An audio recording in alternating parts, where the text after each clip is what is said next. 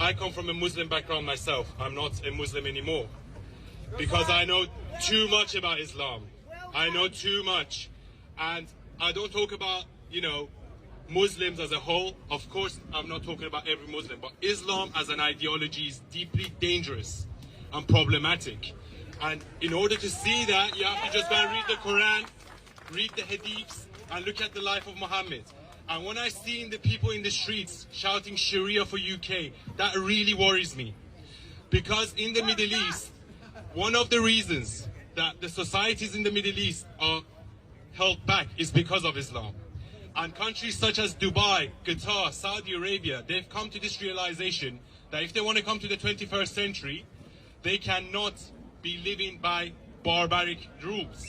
So as I was saying, is that the problem is even Islamic countries have come to this realization. But then we have people in the streets that preach hate. They preach all kinds of nonsense. And this is a threat to British democracy. And you know, this idea that you cannot speak about anything anymore without being called Islamophobic or homophobic or xenophobic or racist. And that's how they stop freedom of speech.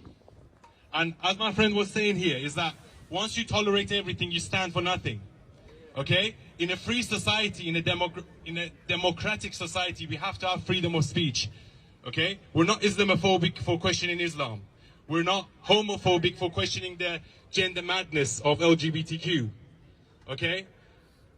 We're not, you know, sexist if we talk about some parts of, you know, feminism and toxic feminism. So I'm a free speech advocate. I hope everyone stands up and speak up, because obviously I'm just one individual. And what I'm trying to do is to inspire people, especially with the background that I have. You know, there's a lot of people from my background that would come and speak about Islam the way I do. And like a lot of people say to me, you should be worried, you should be scared. And this is a problem, you know. You can make fun of Christianity, you can make fun of Judaism, but if you speak about Islam, then all of a sudden it's a normal thing for you to get death threats. Why is that a normal thing in society? You know? That should never be normalized, ever. Thank you. And finally, I just wanted to say that, you know, thank you for having me. And I'm just basically, oh, sorry, one more thing I wanted to say about Sadiq Khan. And, you know, again, so, you know, Sadiq Khan, every time something bad happens, he always hides behind Islamophobia and racism. And I think that's just absolutely ridiculous. He's the worst mayor that London has ever had. And every time you criticize him, he's like, oh, you're Islamophobic. And he, you know, panders. He was a lawyer that was supporting people that were terrorists before in his career. He turns a blind eye to Islamification and dangerous rhetoric that is being said in the mosques. Because sometimes I go to those mosques and he doesn't do anything about it. And if you do question it, he says, oh, you're Islamophobic. No, I'm not. I'm Persian. I grew up in a Muslim household. My granddad memorized the whole of the Quran. And I love my granddad. He was a great guy.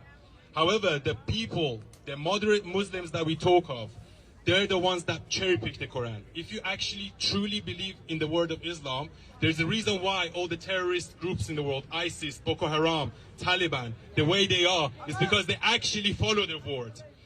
And that is a problem for the West. We need to stop this, because this has happened throughout history.